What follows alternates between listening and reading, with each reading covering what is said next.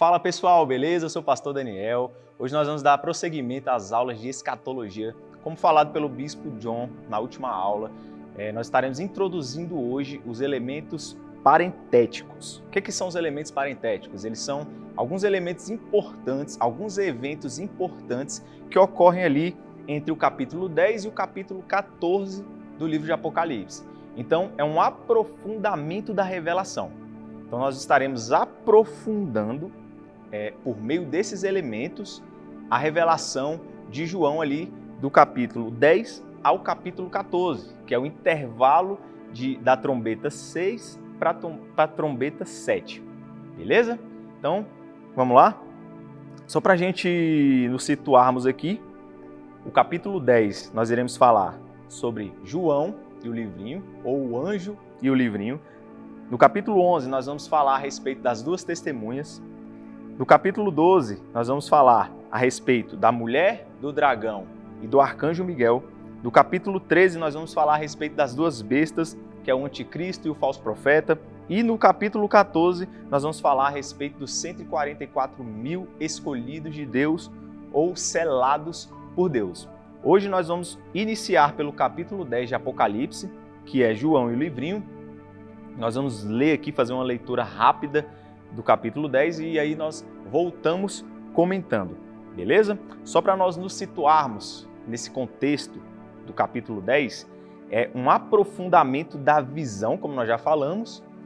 Essa visão ela é inserida no contexto entre a trombeta 6 e a trombeta 7, beleza? Então, é um contexto de inserção de eventos. Então, serão inseridos alguns eventos que ocorrem entre o capítulo 10 e o capítulo 11, 13, beleza? Então, do capítulo 10 até o capítulo 11, de 1 ao 13, estarão ocorrendo essas visões que foram inseridas naquele período entre a trombeta 6 e a trombeta 7, beleza?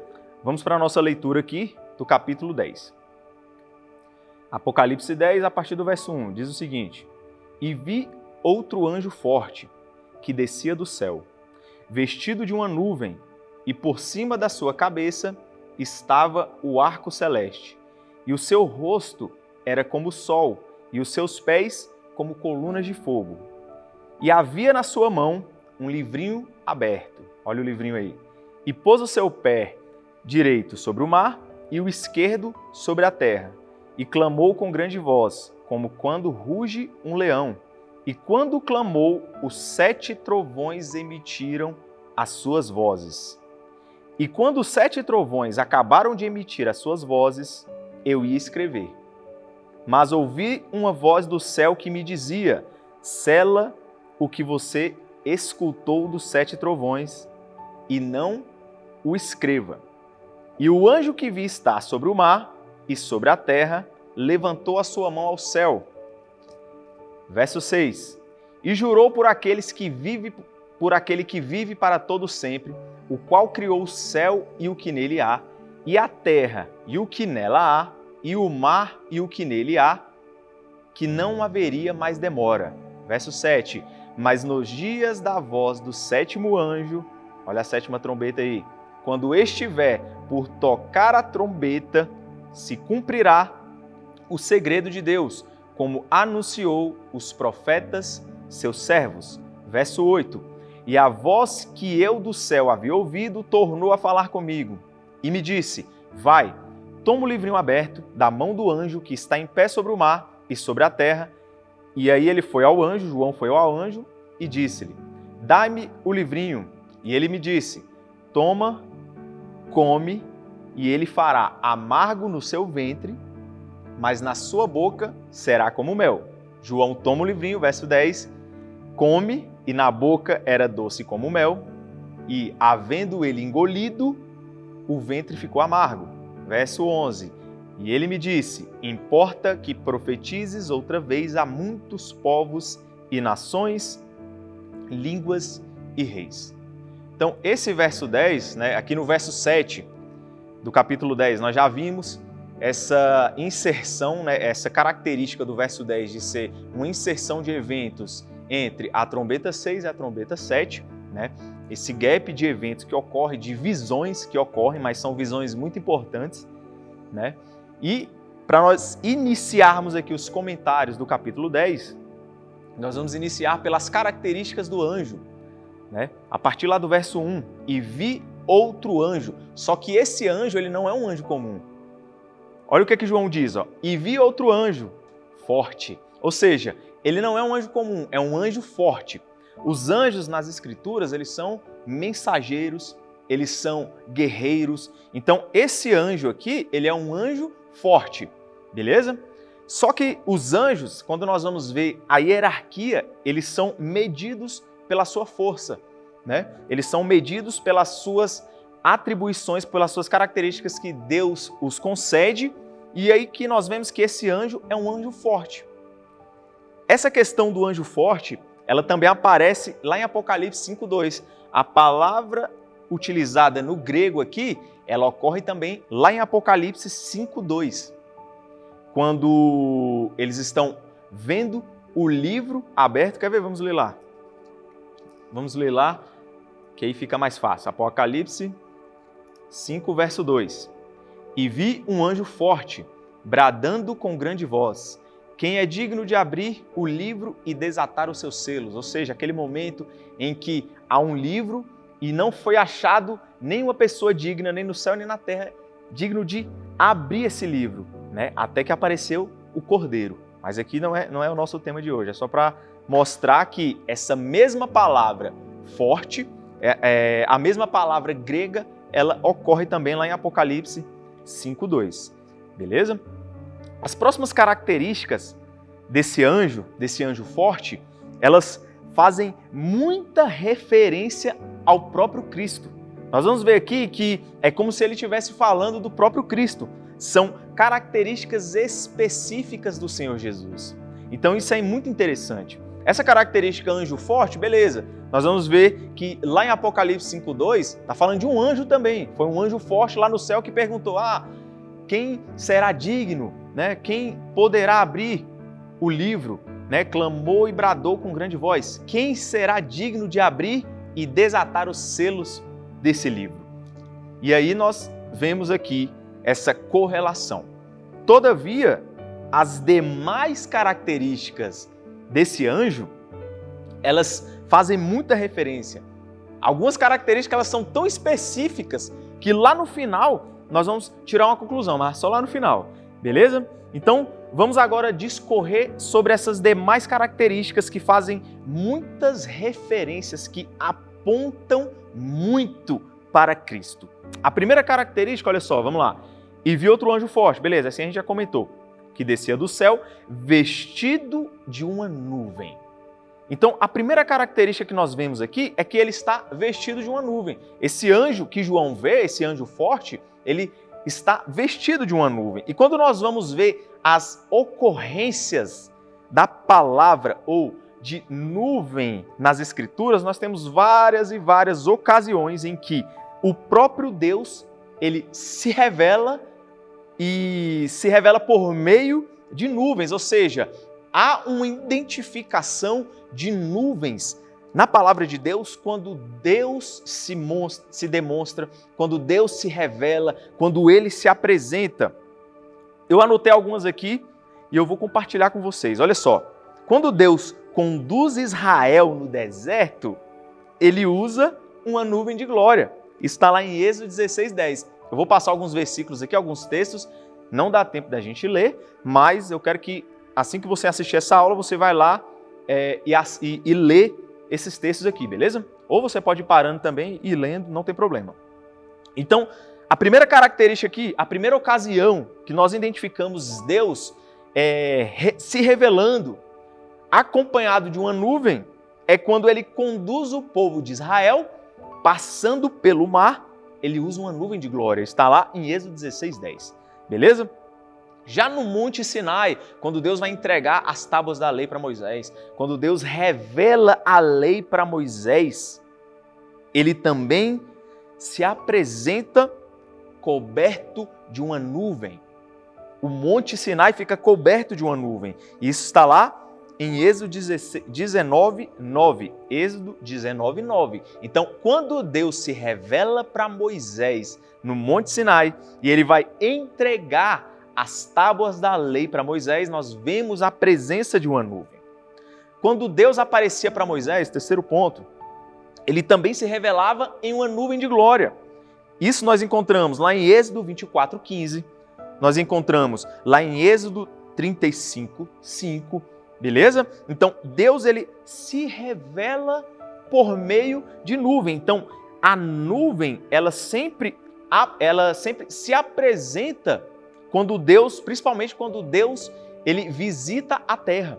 Nós vamos ver várias e várias passagens, que eu estou falando só algumas, mas nós vamos identificar várias e várias passagens das Escrituras em que Deus se revela e junto com Deus tem uma nuvem. Beleza? Por fim, nós vamos falar aqui dos dois eventos principais, né? A ascensão de Jesus. Quando nós vamos ver lá em Atos 1:9, esse aqui eu quero até ler com vocês. Vamos lá. Atos 1:9, olha só o que diz a Bíblia, lá em Atos 1:9. Olha só o que diz a Bíblia. Verso 8, ó. Mas recebereis poder do Espírito Santo, que há de vir sobre vós, e ser-me-eis testemunhas, ou seja, vocês serão minhas testemunhas, tanto em Jerusalém como em toda a Judéia e em Samaria e até os confins da terra. Jesus ele está falando aqui suas últimas palavras para os discípulos, antes de fato subir aos céus. E quando dizia isso, ao verso 9, vendo eles, foi elevado às alturas. Quem foi elevado às alturas? Jesus. E uma nuvem o recebeu, ocultando a eles os olhos. Ou seja, Jesus ele é recebido por uma nuvem. Isso aqui é extraordinário. Então nós vemos que quando Deus ele está na terra, quando ele vai se apresentar na terra, sempre tem ali, pelo menos em grande parte das vezes, tem uma nuvem, né? Lá em Salmos também diz que ele vem passando por cima das nuvens. Então, a nuvem, ela que nesse caso, ela recebeu Jesus e também ocultou Jesus dos olhos das pessoas, beleza? Então, a ascensão de Jesus, ela é marcada por esse evento. Uma nuvem o recebe e uma nuvem oculta Jesus quando ele é ascendido, quando ele é recebido no céu. E quando Jesus voltar, perceba, quando ele é ascendido aos céus, quando ele sobe aos céus, ele é recebido por uma nuvem. E quando ele volta, quando ele vem resgatar a sua noiva, quando ele vem resgatar a sua igreja, ele vem com as nuvens. Olha só o que diz Apocalipse 1:7. Isso é extraordinário. Jesus, ele ascende aos céus, ele morre, ressuscita, fica 40 dias na terra.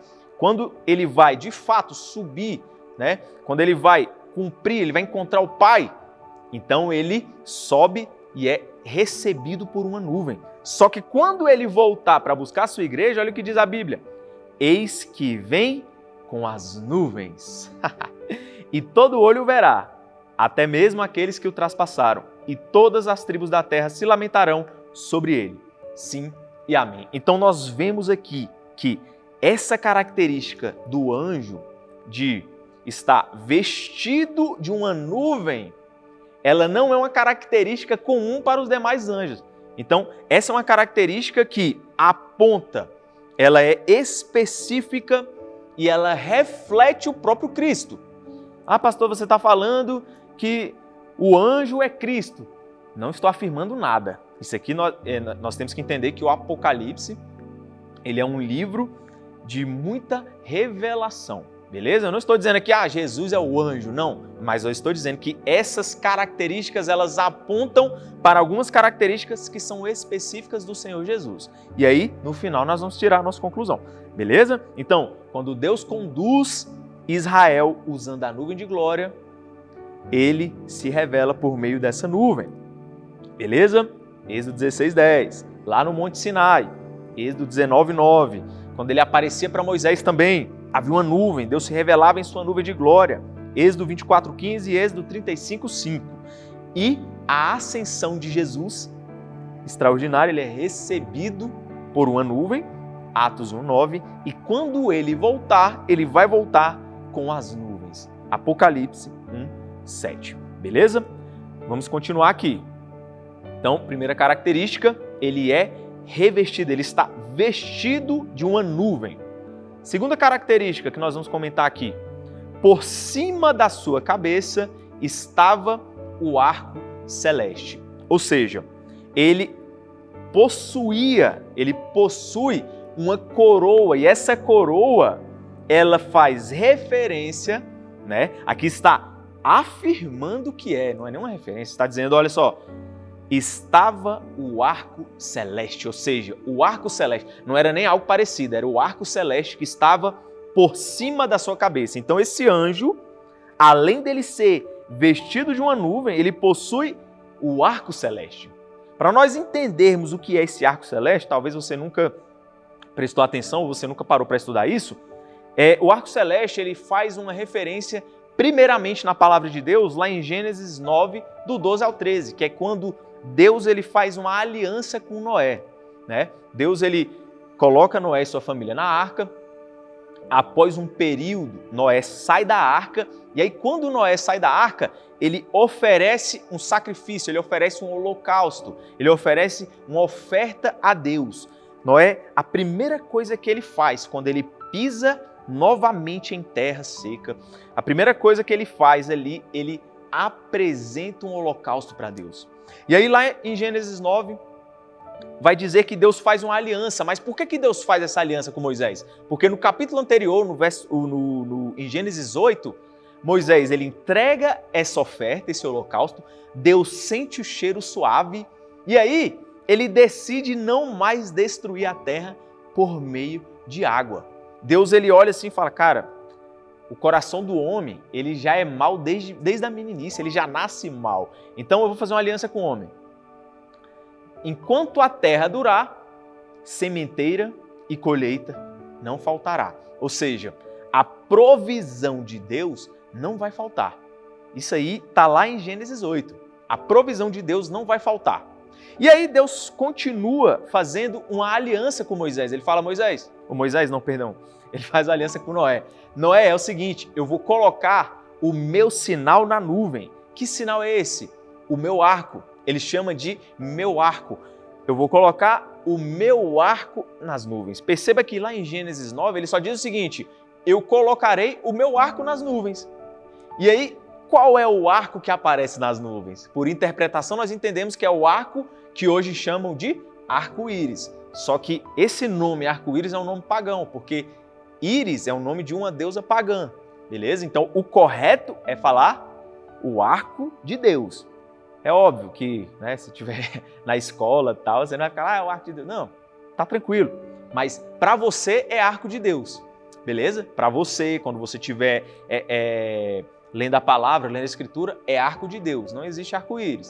Obviamente que para o mundo é arco-íris, mas para nós é o arco de Deus, beleza?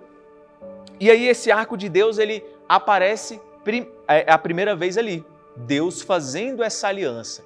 Então, essa aliança de aparecer o arco, que é chamado de arco-íris, né? Que para nós entendemos por meio da revelação da Escritura, que é o arco de Deus. Esse arco ele vai aparecer ali para Deus fazer uma aliança.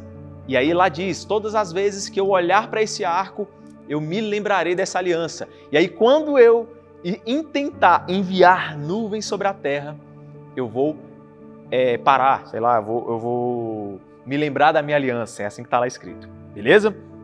E aí, esse arco, ele vai também fazer uma outra referência, porque Deus diz o seguinte, olha só, eu vou colocar o meu arco. Então Deus, ele não está criando o arco-íris em si, vamos dizer assim. Ele não está criando ali algo pela refração da luz e tal, né? Apesar de aquilo, né, a forma que aquilo se revela, a forma com que aquilo se materializa, tem toda uma ciência por trás, né? Deus nos criou matéria e espírito. Então, tudo que sai do mundo espiritual e vem para o mundo material, tudo que é materializado vai respeitar as leis da física. Então, Hoje os cientistas eles conseguem explicar como ocorre, fisicamente falando, ali a ocorrência do arco-íris, né? do arco de Deus. Então, se você pesquisar, você vai ver lá, tem uma explicação científica.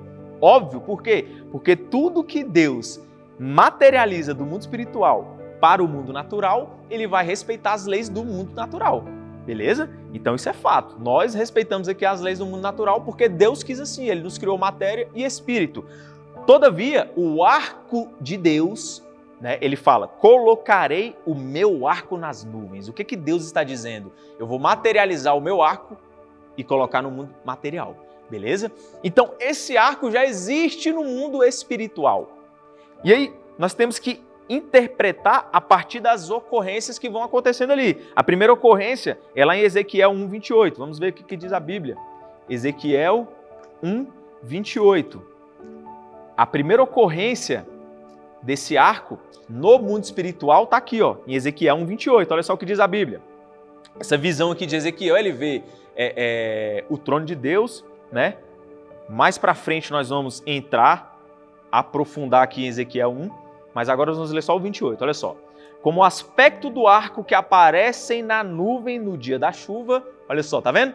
A referência do arco que aparece no dia... Ele está vendo algo espiritual que reflete o mundo material. Ele está dizendo, olha, como o aspecto do arco que aparece na nuvem do dia da chuva, no dia da chuva, assim era o aspecto do resplendor em redor. Em redor de onde? Do trono. Ezequiel, ele teve uma visão de um trono. E aí, em redor desse trono, havia algo com aspecto do arco de Deus. Beleza? Então nós estamos aqui verificando onde que esse arco aparece no mundo espiritual. Beleza? Este era o aspecto da semelhança da glória do Senhor. Olha só, está dizendo que a glória do Senhor, o aspecto da semelhança da glória do Senhor, essa glória, esse aspecto é o aspecto do arco que aparece na nuvem. Olha a importância desse arco. É por isso que tentam usurpar esse arco para coisas que Deus abomina. Você está entendendo agora? Por quê? Este era o aspecto da semelhança da glória do Senhor. A semelhança, o aspecto da glória do Senhor tem o mesmo aspecto do arco que aparece na nuvem. Olha só, é por isso que tentam usurpar esse arco e banalizar, levar para algo carnal, levar para algo que Deus não aprova. E vendo isto, caí sobre o meu rosto e ouvi a voz que falava. A outra ocorrência que demonstra esse arco é lá em Apocalipse 4:3, no mundo espiritual. Apocalipse 4:3. Vamos ler aqui rapidamente. Olha só, e o que estava sentado era na aparência semelhante à pedra de jaspe e sardônica. Novamente uma visão de um trono. E o arco celeste estava ao redor do trono. Olha o arco aparecendo novamente. E parecia semelhante à esmeralda. Ou seja, o arco celeste, ele vai aparecer ali, Deus, dizendo que vai materializar, mas ele não fala assim, eu vou criar uma estrutura no mundo natural. Não, ele diz o seguinte, eu vou colocar o meu arco na nuvem. Eu vou materializar. Ele coloca aquilo que já existe no mundo espiritual e coloca no mundo material. Então o que Deus faz? Ele pega algo que existe no mundo espiritual e ele materializa aquilo. Então ele não vai simplesmente criar o arco ali para ser apenas algo que aparece na nuvem, não. Ele pega algo que é muito importante no mundo espiritual e ele faz uma aliança com Noé. E essa aliança é uma aliança de misericórdia. Por isso que não pode ser algo tão não pode ser algo tão normal, tão comum, entendeu? Não pode ser algo assim que não tem tanto valor, né? Porque é uma aliança de misericórdia. Deus está fazendo uma aliança extraordinária com Noé. Então nós vemos essa introdução do arco celeste, do arco de Deus, lá em Gênesis 9, 12 e 13, né? Já iniciei ali a partir do 8, toda a história de Noé, beleza? E nós identificamos essa característica espiritual, onde que esse arco está no mundo espiritual, que é ao redor do trono de Deus, né? E que também é a semelhança da glória de Deus ao redor do trono, lá em Ezequiel 1:28, que se inicia, e em Apocalipse também 4:3. Beleza? Então, nessa ocasião aqui, aparece como uma coroa para esse mensageiro, para esse anjo forte. Beleza? Por fim, nós também observamos esse anjo investido de autoridade. Beleza? Por que ele é investido de autoridade? Porque Deus, né, assim como nós falamos aqui, o fato do arco aparecer aqui, ele nos revela que esse anjo, ele possui autoridade do trono de Deus. Eu falei para você que o arco de Deus, ele foi introduzido no mundo material, porque Deus ele estava fazendo uma aliança, mas não era uma aliança qualquer, era uma aliança de misericórdia. Beleza? Por isso que ele trouxe algo tão importante para o mundo material, para refletir essa misericórdia.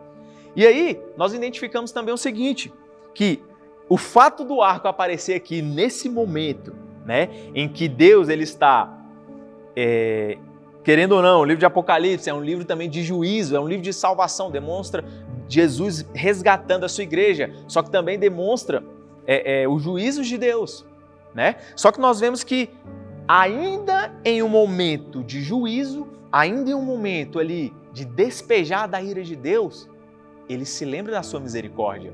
Então, o fato do anjo estar coroado com o arco celeste, né, desse arco celeste está sobre a sua cabeça, como uma coroa, reflete o quê? Que mesmo em um momento de despejar da ira, Deus demonstra a sua misericórdia. Isso você vai ver lá em Abacuque 3:2. Nós não vamos ler aqui, mas você lê aí depois que terminar, beleza? Abacuque 3:2. E por fim, nós também observamos que esse anjo ele está investido, revestido da autoridade do trono de Deus. Isso é muito forte, porque o arco, nós observamos que ele a todo momento aparece ao redor do trono de Deus. E o que é um trono? Trono é autoridade, né? As pessoas que se assentam em um trono são pessoas de autoridade. Ninguém vai assentar em um trono, ninguém vai ser chamado para sentar em um trono se não for uma pessoa de autoridade, beleza? Então, reflete também essa autoridade. Então, esse anjo, né, independentemente de quem ele seja, ele demonstra, a palavra demonstra que ele está investido, revestido da autoridade de Deus. Beleza? Então, só para nós recapitularmos aqui, a primeira característica que aponta para Cristo, a primeira característica que é específica de Jesus Cristo, né, nós falamos lá, anjo forte, beleza? Ela não aponta, mas a partir da nuvem começa a apontar, né? Nós falamos aqui da nuvem, nós falamos do arco celeste, né? O arco celeste que teve a sua ocorrência na aliança que Deus fez com Noé e com toda a humanidade. Aquela aliança que Deus fez com Noé aponta tanto para Noé como para o futuro da humanidade, beleza? Nós falamos aqui também, não é o arco de Deus não é um arco-íris, o arco-íris é um nome pagão, beleza? A primeira ocorrência ao redor do trono, ou seja, quando nós identificamos algo que está no mundo natural, lá no mundo espiritual, Ezequiel 1:28, Apocalipse 4:3, beleza? E aí esse anjo tem esse arco como sua coroa, né? E o fato dele aparecer nesse momento em que nós estamos aqui nos últimos 7 anos da Terra, grande tribulação, tudo ocorrendo, tanto salvação como juízo, Deus se lembra da sua misericórdia. Abacuque 3:2. E por fim, nós observamos que esse anjo está investido da autoridade de Deus. Na próxima aula, nós adentraremos, nós comentaremos sobre as demais características desse anjo que apontam para características específicas do Senhor Jesus. Beleza? Espero que você tenha gostado e até a próxima aula. Um beijo e Deus te abençoe.